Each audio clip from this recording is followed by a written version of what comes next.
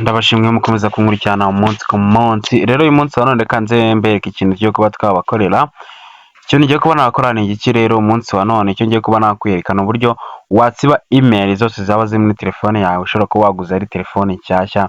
Abantu benshi batazi uburyo wabikora cyangwa se uburyo wahanagura email zaba ziri muri telefone yawe.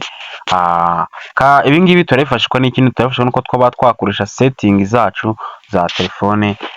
Ni uko twaba twajya muri setting noneho ukajya hano mu ishakiro kugira ngo bize kuba byakorohera ugusakisha ijambo account kugira ngo bize kuba byakoroha neza cyane. Numara gusakisha ijambo account uzategereza, numara gusakisha ijambo account urabona ko haje account nyinshi, password uzaza hano yo kuri password and account, ukazibatega telefone yaje hariyo zaza hano account yonyine cyangwa se password account, ariko niyo uzahita ukandaho. Numara kwikandaho hano rero nyuma mvuge kugenda nkwereka step by step ko wagenda ubikora. Numara kujyana kuri izi email zose kugira ngo uzisibe uzaza uyikandeho.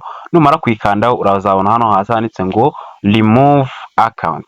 Dore ngiyi hano abantu ndabizi neza ko muri kuyibona, dore ngaha hano ntago nakoresheje slide ngo mbereke uburyo nkacemo murongo, ariko ndabizi neza ko mwese muri kuba mwabona hano ku handitse ngo remove account. Numara kubona remove account rero uzahita uza withdraw, nubwo ngiye ntashaka kuba nayikuramo n'izindi nyinshi uzasanga nazo uzaba wazikora mu buryo bworoshye cyane ukoresheje uburyo nkweretse.